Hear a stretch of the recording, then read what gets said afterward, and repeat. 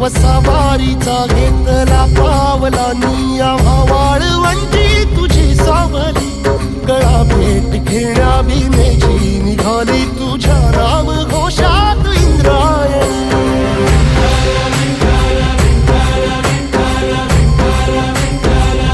भिडे आसमंती ध्वजा वैष्णवांची उभी पंढरी आज नादावली तुझे नाव ओठी तुझे रूप ध्यानी जीवाला तुझी आस गा लागली